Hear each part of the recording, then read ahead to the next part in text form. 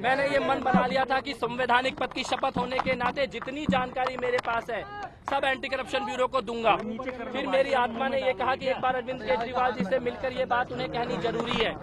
मैंने अरविंद केजरीवाल जी से ये कहा कि जो भी कुछ हुआ है, जो भी पैसों की बात है, वो किसका पैसा है, वो पैसा कहाँ से आया सत्येंद्र जैन के पास, और वो नगद पैसा क्यों था। आप सारे विधायकों को बुलाकर और कार्यकर्ताओं को बुलाकर इस संबंध में सारे कागज जनता के सामने रखें। आप बताएं कि वो पैसा कहां से आया, और अगर आप क्षमा, हो सकता है गलती हुई हो, गलती सबसे होती है, अरविंद केजरीवाल जी भी एक इंसान है, हो सकता है उनसे गलती हुई हो, मैंने कहा आप क्षमा मांगे, जानकारी दें, तो उसके अलावा कोई और विकल्प नहीं है। संवैधानिक पद में होने के नाते मेरे को एंटी करप्शन ब्यूरो को ये बात बतानी होगी, और ये बात कहकर मैं अरविंद केजरीवाल जी के घर से वापस आ गया। उसके बाद विधायकों की मीटिंग हुई, मुझे लगा विधायकों की मीटिंग में अरविंद केजरीवाल जी इस संबंध में चर्चा करेंगे, पर उन्होंने कोई चर्चा नहीं की। और उसके बाद रात को जो खबर आई, अभी तक भी आधिकारिक तौर पर शिष्टाचार के तहत भी मेरे को बुला के उसकी जानकारी नहीं दी गई।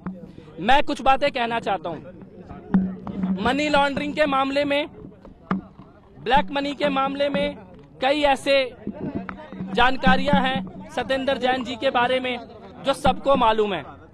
किस प्रकार से जमीनों का मंत्री रहते हुए और मंत्री रहने से पहले किस प्रकार से बेटी को और रिश्तेदारों को पदों पे रखा गया। और माननीय सत्येंद्र जैन जी ने मेरे से खुद व्यक्तिगत तौर पर एक बात बताई कि अरविंद केजरीवाल जी के किसी सगे रिश्तेदार की जमीन के लिए 50 करोड़ की डील उन्होंने कराई है। मैंने ये बात भी अरविंद जी को जाके बताई, तो उन्होंने कहा कि ये बात झूठ है और तुम्हें मुझ पर भरोसा होना चाहिए। तब मैंने कहा था कि मुझे आप पर आंख मूंद कर भरोसा है, लेकिन अपनी आंखों से कैश देखने के बाद चुप रहना मेरे लिए संभव नहीं था।